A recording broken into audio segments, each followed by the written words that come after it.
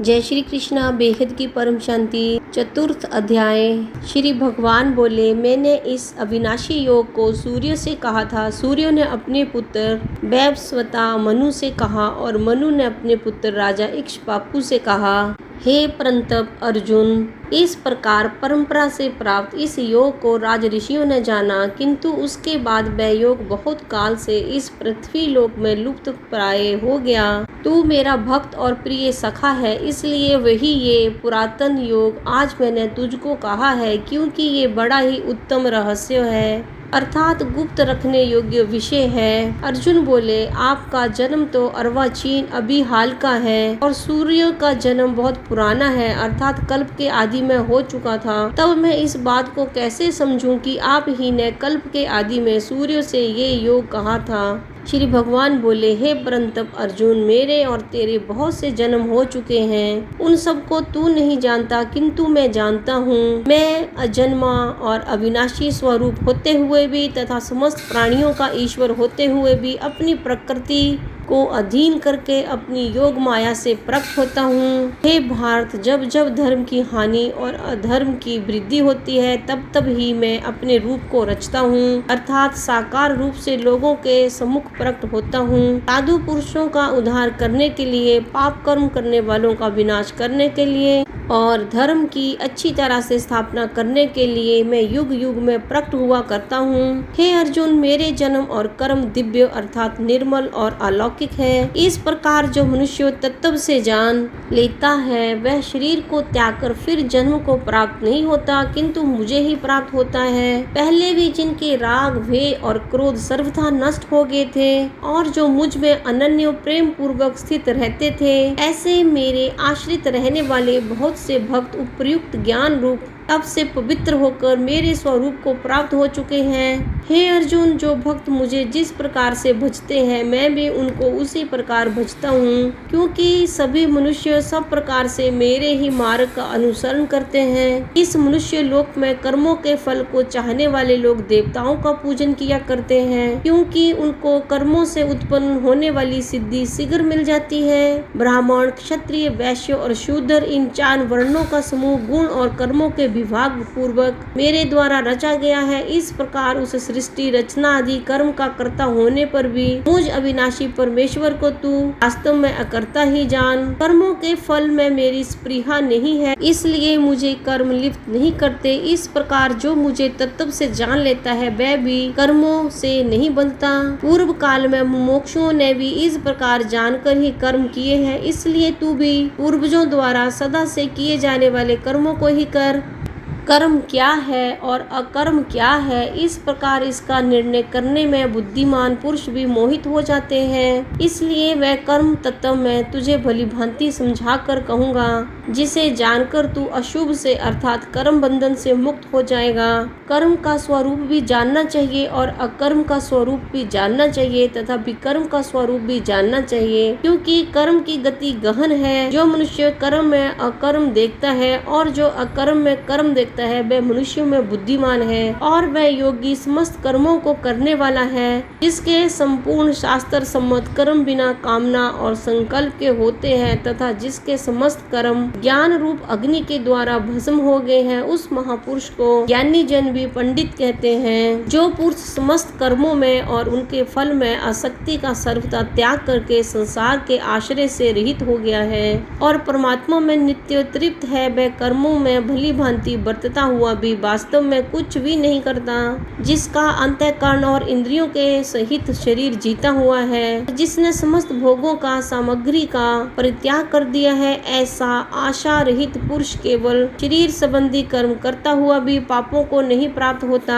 जो बिना इच्छा के अपने आप प्राप्त हुए पदार्थ में सदा संतुष्ट रहता है, जिसमें ईर्ष्या का सर्वथा अभाव हो गया है, जो हर्ष, शोक आदि द्वंद्वों से सर्वथा अतीत हो गया है, ऐसा सिद्धि और असिद्धि में सम रहने वाला कर्मयोगी कर्म करता हुआ भी उनसे नहीं बंधता। जिसकी आसक्ति सर्वथा नष्ट हो गई है और जो देह अभिमानी और ममता से रहित हो गया है, जिसका चित्त निरंतर परमात्मा के ज्ञान में स्थित रहता है, ऐसा केवल यज्ञ संपादन के लिए कर्म करने वाला मनुष्यों के संपूर्ण कर्म भली भांति लीन हो जाते हैं। जिस यज्ञ में अर्पण तथा श्रुभा आदि भी ब्रह्म है और हवन किए जाने वाले द्रव्य भी ब्रह्म है तथा ब्रह्म रूप कर्ता के द्वारा ब्रह्म रूप अग्नि में आहुति देना रूप क्रिया भी ब्रह्म है, उस ब्रह्म कर्म में स्थित रहने वाले योगी द्वारा प्राप्त किए जाने योग्य फल भी ब्रह्म ही है। दूसरे योगी जन देवताओं के पूजन रूप यज्ञों का ही भली भांति अनुष्ठान किया करते हैं और अन्य योगी जन परब्रह्म परमात्मा रूप अग्नि में अभेद दर्शन रूप यज्ञ के द्वारा ही आत्म रूप यज्ञ का हवन किया करते हैं। अन्य योगी जन श्रोत्र आदि समस्त इंद्रियों को संयम रूप अग्नियों में हवन किया करते हैं और दूसरे योगी लोग शब्द आदि समस्त विषयों को इंद्रिय रूप अग्नियों में हवन किया करते हैं। दूसरे योगी जन इंद्रियों की संपूर्ण क्रियाओं को और प्राणों की समस्त क्रियाओं को ज्ञान से प्रकाशित आत्म संयम योग रूप अग्नि में हवन किया करते हैं। कई पुरुष द्रव्यों संबंधी यज्ञ करने वाले हैं, कितने ही तपस्या रूप यज्ञ करने वाले हैं तथा दूसरे कितने ही योग रूप यज्ञ करने वाले हैं और कितने ही अहिंसा आदि तीक्ष्ण व्रतों से युक्त यत्नशील पुरुष स्वाध्याय रूप ज्ञान यज्ञ करने वाले हैं। जैसे कि यहाँ पे बोला स्वाध्याय रूप ज्ञान यज्ञ करने वाले हैं, इसका मतलब ये हुआ कि जैसे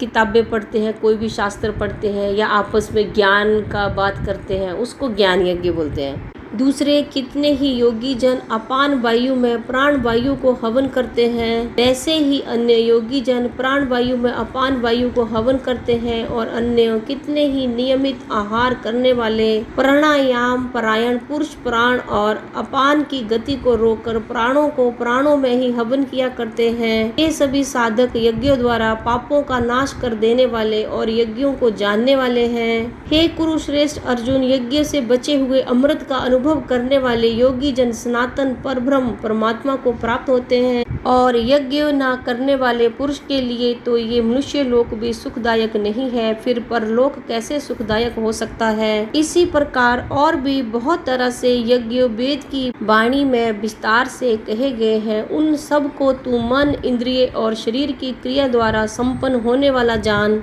इस प्रकार तत्व से जानकर उनके अनुष्ठान द्वारा तू कर्म बंधन से सर्वथा मुक्त हो जाएगा। हे परंतप अर्जुन, द्रव्य में यज्ञ की अपेक्षा ज्ञान यज्ञ अत्यंत श्रेष्ठ है तथा यावन मात्र संपूर्ण कर्म ज्ञान में समाप्त हो जाते हैं। उस ज्ञान को तू तत्वदर्शी ज्ञानियों के पास जाकर समझ, उनको भली भांति दंडवत प्रणाम करने से, उनकी सेवा करने से और कपट छोड़कर सरलता पूर्वक प्रश्न करने से वह परमात्मा तत्व को भली भांति जानने वाले ज्ञानी महात्मा तुझे उस तत्व ज्ञान का उपदेश करेंगे, जिसको जानकर फिर तू इस प्रकार मोह को नहीं प्राप्त होगा। तथा हे अर्जुन, जिस ज्ञान के द्वारा तू संपूर्ण भूतों को निशेष भाव से पहले अपने में और पीछे मुझ सच्चिदानंदन परमात्मा में देखेगा, यदि तू अन्य सब पापियों से भी अधिक पाप करने वाला है तो भी तू ज्ञान रूप नौका द्वारा निस्संदेह संपूर्ण पाप समुद्र से भली भांति तर जाएगा।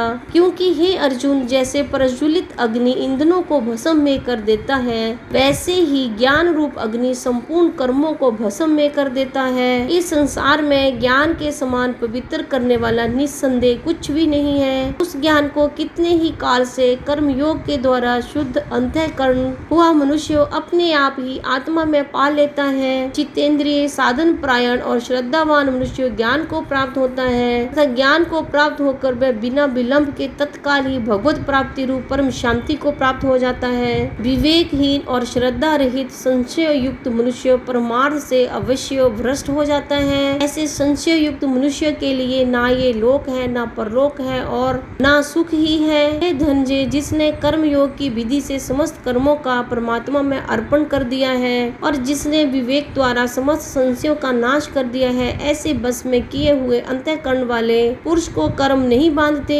इसलिए हे भरतवंशी अर्जुन, तू हृदय में स्थित इस अज्ञान जनित अपने संशय का विवेक ज्ञान रूप तलवार द्वारा भेदन करके समत्व रूप कर्म योग में स्थित हो जा और युद्ध के लिए खड़ा हो जा। ओम तत्सदिति। श्रीमद् भगवद गीता सुपनिषत्सु ब्रह्म ब्रह्म विद्याम योग शास्त्रे श्री कृष्ण अर्जुन संवादे ज्ञान कर्म संन्यास योगो नाम चतुर्थो अध्याय।